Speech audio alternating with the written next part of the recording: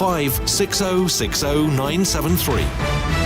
Well, we've got 10 minutes before 8 is the time. Another day and another story about the rail network in the headlines. And here with details about additional investment, and particularly, it says here, for stations in the north, the Trans-Pennine route. Transport Secretary Grant Shapps joins me now. Well, good morning to you, Secretary of State. Where's the money going and what will it provide for? Yeah, this is £401 million. It's going to go for passenger and freight. A lot of it across the North and Midlands, not exclusively. Some of it to the port of Southampton as well, or rather to improve routes for freight. It's important because actually, as we come out of this lockdown, people start to move around again. And regardless, with freight, of course, people have been getting a lot of that delivered to their homes. We've got to have a network capable of transporting it all. And that's what today's announcement, together with some new stations, a place called Marsh Barton in Exeter and another place called White Rose at Thorpe Park in Leeds, getting communities better connected as well. So lots of good programmes here to connect people and communities together. How do you and your colleagues determine where the lines should go and indeed where new stations should be provided? Secretary of State.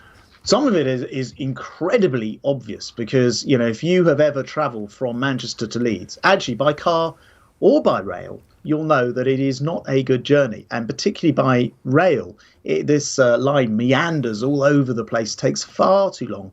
If that was somewhere down in London South, perhaps in the south, you would get from Manchester to Leeds in about half an hour. And that's what we want to do. We want to upgrade that route to bring together those two great northern cities together with York and Liverpool and elsewhere, and kind of compress the journey times. So to answer your question, sometimes it's just very obvious. Other times, a bit more technical to do with freight transport and the like. And yet on other occasions, still things like the New Stations Fund, which is how those new stations are coming about that we're talking about today, because local communities have bid in to say, if we had a station here, we could unlock this community. We could have people, perhaps youngsters, stay in their town rather than automatically move away whenever they can. And that's our levelling up agenda in action.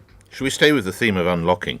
And I refer my listeners to a piece you've written in one of the newspapers today, the Daily Telegraph, in which it appears we're going to unlock the space industry. It's a very punchy intro that you put on there, Mr. Shapps. Sometime next year, we expect a giant Boeing 747 will take off from Newquay in Cornwall with a rocket strapped to its inner port wing. It will then soar out into the Atlantic to a launch altitude of some 40,000 feet and release its payload. Give my listeners more details on that, Secretary of State. Yes. Well, I've watched one of these launches on video, I should say, live, and it is exactly that. It's a new way of launching satellites into space.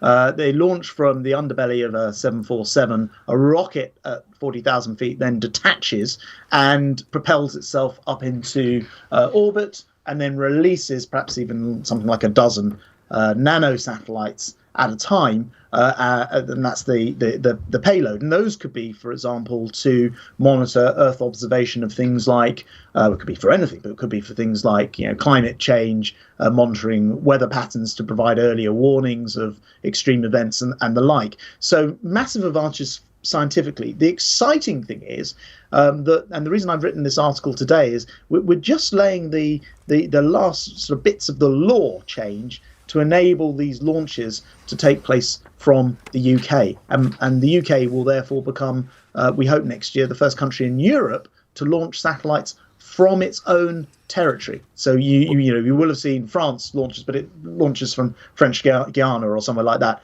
This will be satellite launches from Europe. So we're in the space race, Mr. Shapps. Indeed, yes. We actually have a distinction of being, I think, the only country in the world to have launched a satellite from its own developed space program and then to have abandoned the entire program in the very early 70s. So it's sort of, you know, we are back 50 years later, but we are back. Okay. That we celebrate that. Let's come back to Earth with a bit of a bump and talk about these travel restrictions and the traffic light system.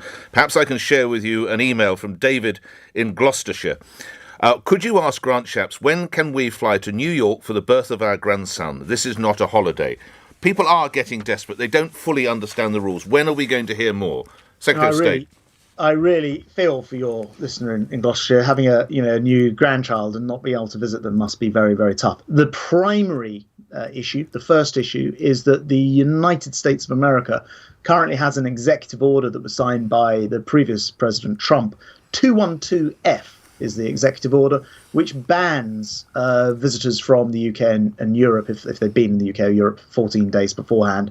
That is the particular block which needs to be removed. But I understood as of April, you can enter New York from another country. You can go to New York. Well, this is a federal rather than a state executive order, which but does it not overlays go the state by entire state? country. No, this federal order needs to be What would removed happen to this gentleman were he to fly at the United States end? Are you telling me that he would have to quarantine in the United States? I believe they'd actually turn him away. It won't even be allowed to remain. So it's not that you can go there and quarantine, it's that you can't enter at all. So that's obviously the Can first I read you from the New York government website? Asymptomatic travellers entering New York from another country, US state or territory are no longer required to test or quarantine as of April the 10th, 2021. So that was a state-based rule. Well, that's what I did and what ask they're you, saying New is York. if you were coming from a location, forget Executive Order 212F, which happens to apply to UK, Europe, Brazil, and some other countries. What New York is saying is, in the past, if you entered New York from another state or from another country, which wasn't on so that he could 212 go.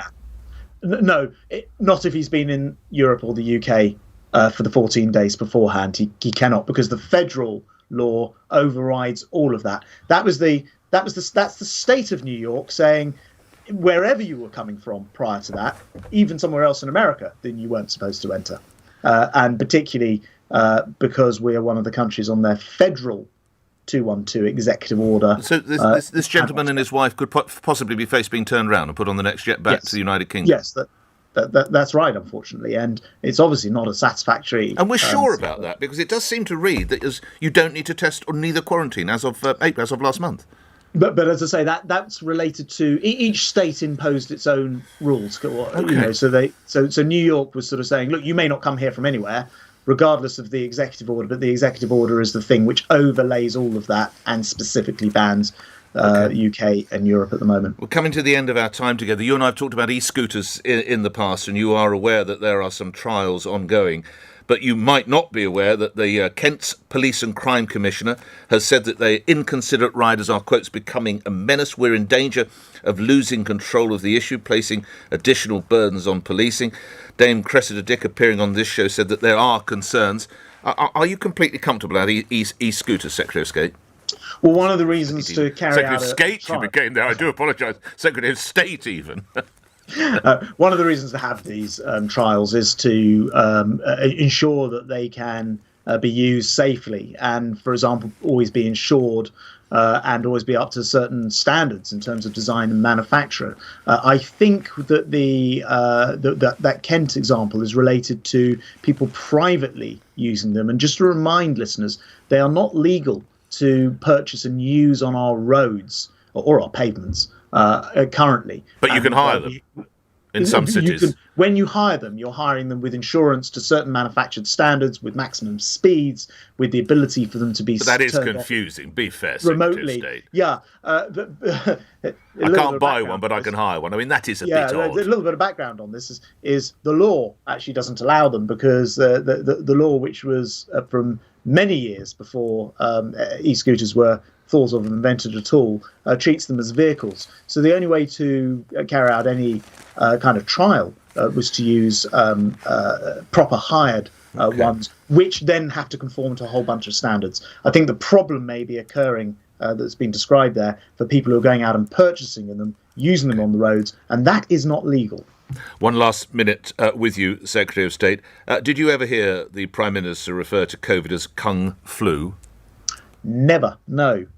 Did you ever hear that he wanted to be infected with COVID, effectively injected on live TV, Mr. Shapps? No, never again, no.